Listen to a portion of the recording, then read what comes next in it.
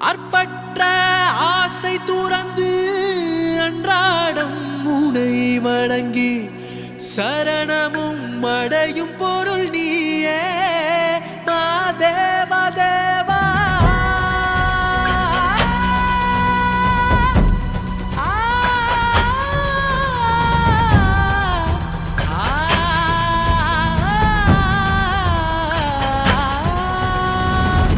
அற்பற்ற ஆசை துறந்து அன்றாடம் உனை வணங்கி சரணமும் அடையும் பொருள் நீயே மாதேவா தேவா.